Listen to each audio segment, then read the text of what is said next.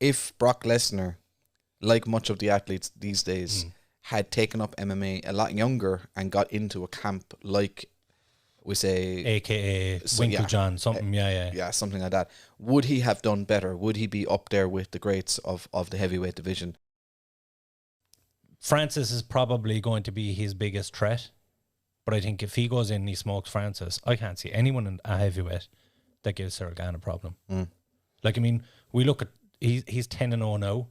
He's only 7 fights in the UFC. He's only in MMA 3 years. And this is what he's able to do. Kid's only getting better.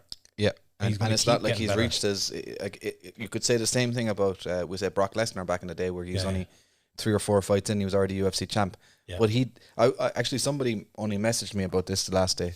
Some random dude. I thought he was trying to sell me some gear, but obviously he was an MMA fan. He was asking my opinion, but he asked me, like much of the athletes these days, had taken up MMA a lot younger and got into a camp like, we say, AKA Winklejohn, something, yeah, something like that. Would he have done better? Would he be up there with the greats of the heavyweight division? 100%.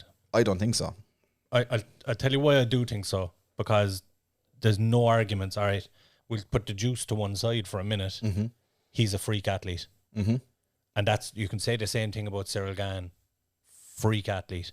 If you put any one of those guys that's just an athlete through and through and through into this sport from a very young age, they're going to excel. See, I don't think so. I think you need a bit of finesse for striking, and he doesn't have finesse. He's a sledgehammer. That's all the juice. I think it's his personality as well, though. Do you know, I think he's just a bulldog. Like, I just think he's just all brute force and ignorance. And I don't think he would ever learn how to bounce on his toes. I don't think he would ever learn how to do head movement correctly. You think he'd have got caught too many times? Like, I think he would have just been the kind of fella that would whack the pads every day in training, blow a full head of steam at everything he's doing, and knock out all his training partners, and then never actually get very skillful. Yeah. You know, so I don't think I think Brock Lesnar actually did reach his potential, as opposed to Ciryl Gane, who he was just scratching. Champion. Yeah, I know. Yeah. But he got taken out. He got found out when he fought Alistair Overeem and when he fought Cain Velasquez that he couldn't hold it together with these elite level strikers, whereas Ciryl Gane is literally just scratching the surface. Yeah. He's a scary dude. Very scary dude.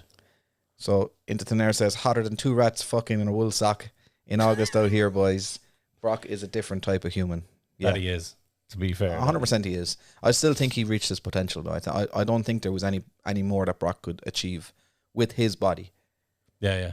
Or with his mentality, as you say. His personality more than anything else, yeah. Who wore MMA gloves first in the WWE, Brock or The Undertaker? Undertaker did that years ago. He was throwing up the gates of hell as a triangle. That was way before Brock got into I'll tell you who, because I was just trying to rack my brain, because I knew there was someone I'd tell you who did it before either of them is Ken Shamrock. Oh, really? Yeah.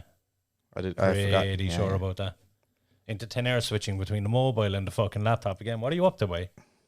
Will Getling, I bet if Brock wasn't American, Liam would change his opinion. If he was an Irish boy, he'd just be a big culchie. He'd be like Tyke Furlong.